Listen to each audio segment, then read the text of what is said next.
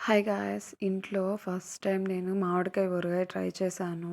Last time మా నాన్న చేసినప్పుడు టేస్ట్ అయితే అద్దిరిపోయింది. అందుకే మా నాన్నని మొత్తం ఎలా చేయాలో అడిగి చేశాను. ఆయన కొంచెం సింపుల్‌గా చెప్పినా నేను కాంప్లికేట్‌గా చేసుకున్నాను.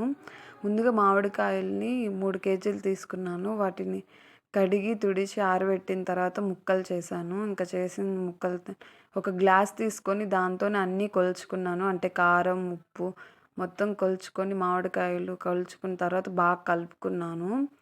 ఆయిల్ వేసే ముందుగా బాగా కలుపుకోవాలి. దాని తర్వాత 200 గ్రాములు పొట్టు తీసిన వెల్లుల్లి రెబ్బలనేసుకున్నాను. అవి తీసేలోపే ఒక 2, 3 అవర్స్ పట్టింది.